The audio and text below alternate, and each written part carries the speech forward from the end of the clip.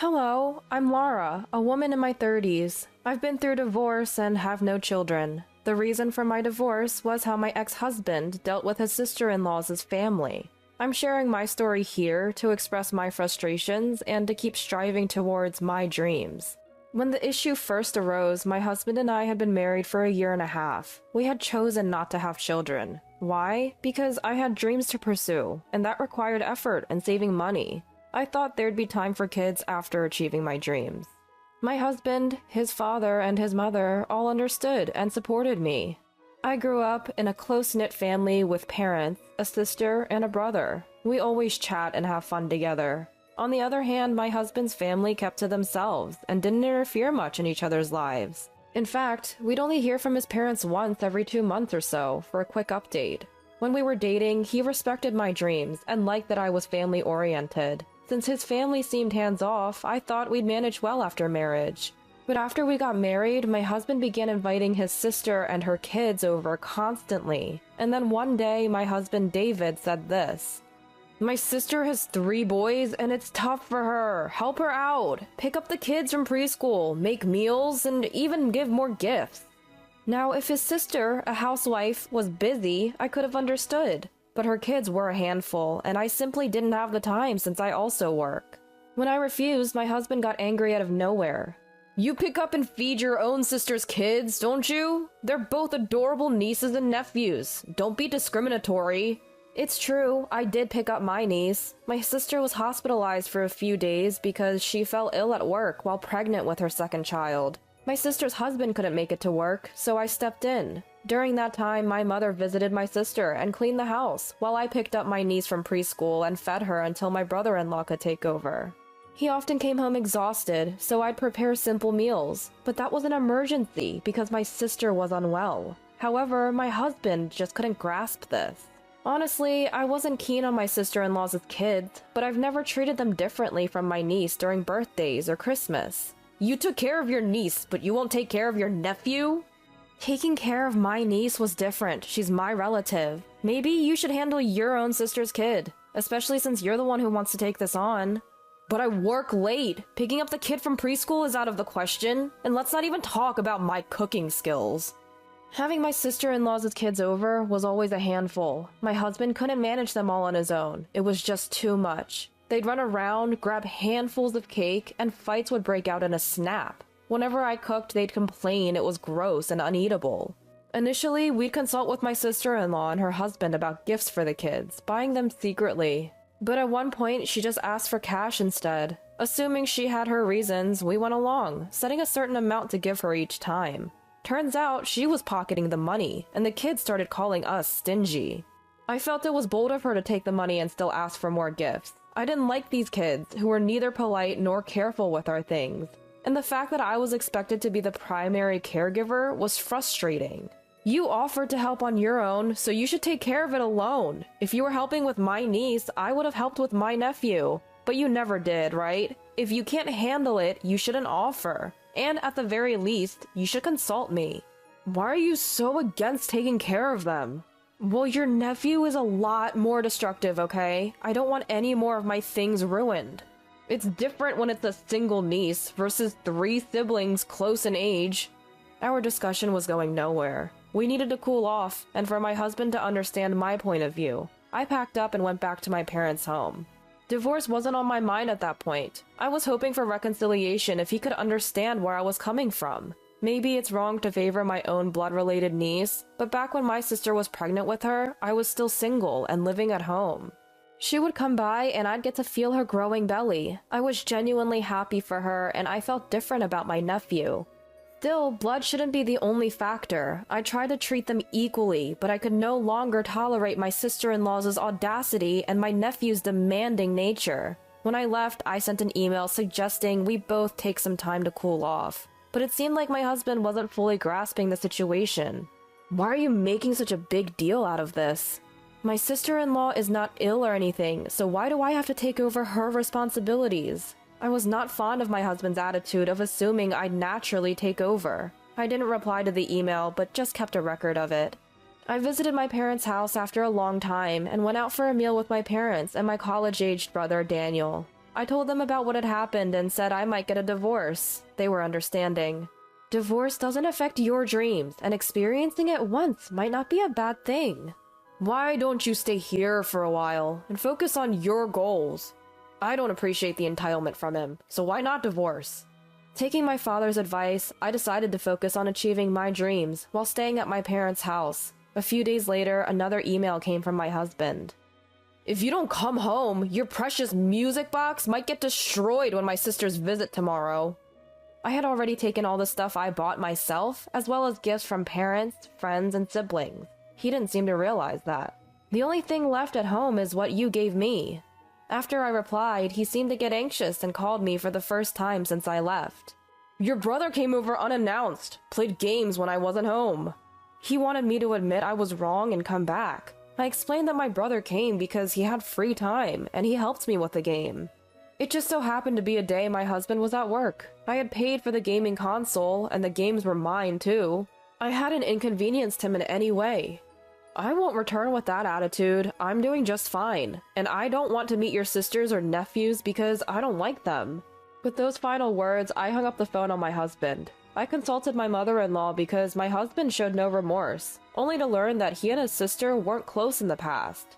Given that she got pregnant and married as a teen, leaving home early, it's kind of expected they didn't get along. Even my mother-in-law had no idea why they'd suddenly become close now. I had all my treasured music boxes with me, and I didn't care about the stuff my husband had given me. Ignoring his emails led to a photo of my broken music box arriving that night. I have all my important things with me. I'm not attached to anything you gave me, I replied. Days passed with no further development. My in-laws grew concerned with our silence and called my emergency cell phone. I explained that I was at my parents' home and told them why. Hearing that my parents-in-law was considering divorce, they made an emergency visit to my parents' house for a discussion. The talk involved parents-in-law, my husband and I, and my parents. It seemed that my husband had been staying over at sister-in-law's house instead of coming home. Sister-in-law, who doesn't do housework or childcare, seemed to find David bothersome and told him to call me and go home. My husband wanted to play the role of a dependable brother to his sister, but instead he felt discouraged by being treated as an annoyance. He told me it was unfair that I live close to my parents' house and get along with my siblings. Seeing you close with your family was painful for me, so I tried to be close with my sister. Even if it makes you uncomfortable, I've been uncomfortable too. Isn't that fair? You get along with your family, and that's not fair. So it's not fair unless my sister also gets treated better. Usually, in-laws on the husband's side get priority, right? But your family doesn't care about me. Your sister's husband is treated well, though. Everyone, including parents-in-law, was taken aback by my husband's logic. I sighed deeply, feeling utterly dismayed.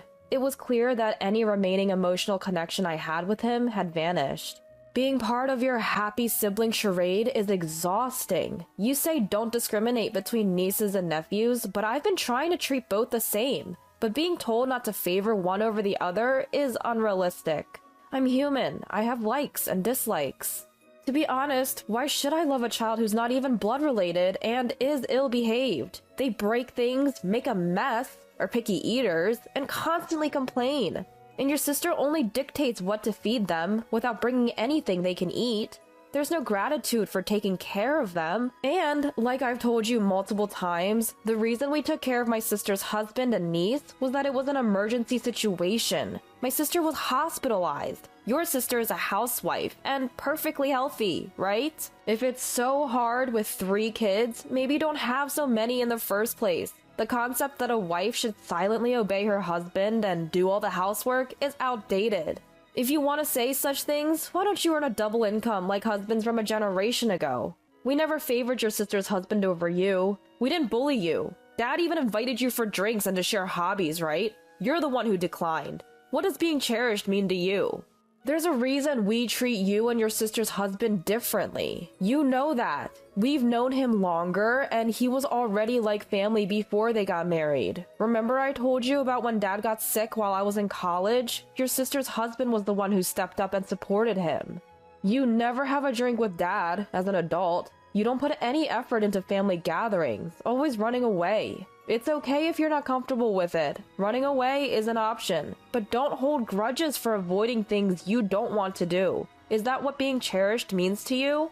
Is it that you have to be number one in everything? How old are you? It's unbecoming for an adult. Wanting a family that only serves your interests is unrealistic. You're just a child trying to create a world that's convenient for you under the pretense of equality. Also, about that music box, I can't trust someone who uses things to make threats. I don't have the confidence that we can continue as a married couple, so let's part ways. That's when my husband finally realized I was serious about divorce and started making bizarre threats. I looked down on him coldly, thinking that he might still have a chance if he apologized and admitted his mistakes. If you leave me, you'll be unhappy. I have a feeling. I'd rather not spend a lifetime with your feelings. I'd be happier without you. A married couple is one unit. Can you manage if you break off and become half a person? There would be no problem. I'd just go back to how I was before marrying you. We were always two separate individuals. The idea that a couple is one unit only holds when both are helping each other. I can live without your help, and I'd be emotionally and physically better off without you. Are you jealous of my sister? You guys left me alone much more. Hearing that, I burst into laughter. Jealous? Do you think I have that much emotional investment in you? As long as you don't bother me, I don't care what you and your sister do. If you two get along without relying on me, I won't mind. But if you ask me to take care of your nephew or cook, that's a different story. I'm willing to help if your sister is sick, but she's healthy, isn't she? Why should I do what she used to do as a matter of course? If you're going to treat me like a maid, shouldn't there be a salary involved? Isn't it presumptuous to expect me to work without any compensation? I do housework for you because you bring home a salary. I took care of my sister's husband and niece because my sister was in the hospital. Your sister isn't sick or financially dependent on you. If you want to be a reliable brother to her, then take action yourself. Don't involve me in your little facade. It seemed like my husband had been harboring feelings of inferiority towards me and my family for quite some time. He felt that since I made him feel inferior, I deserved to suffer or feel bad, as if that was only fair. I continually rejected that mindset. As a result, I secured my husband's agreement for divorce. You don't value my family, and you don't listen to me. I don't need a wife like that. Take all the savings. Take whatever you want. He signed the divorce papers, and we were officially separated. But that wasn't the end of it. My sister safely gave birth to her second child, a baby boy. As I was busy preparing to live alone, my ex-husband unexpectedly showed up at my family's home.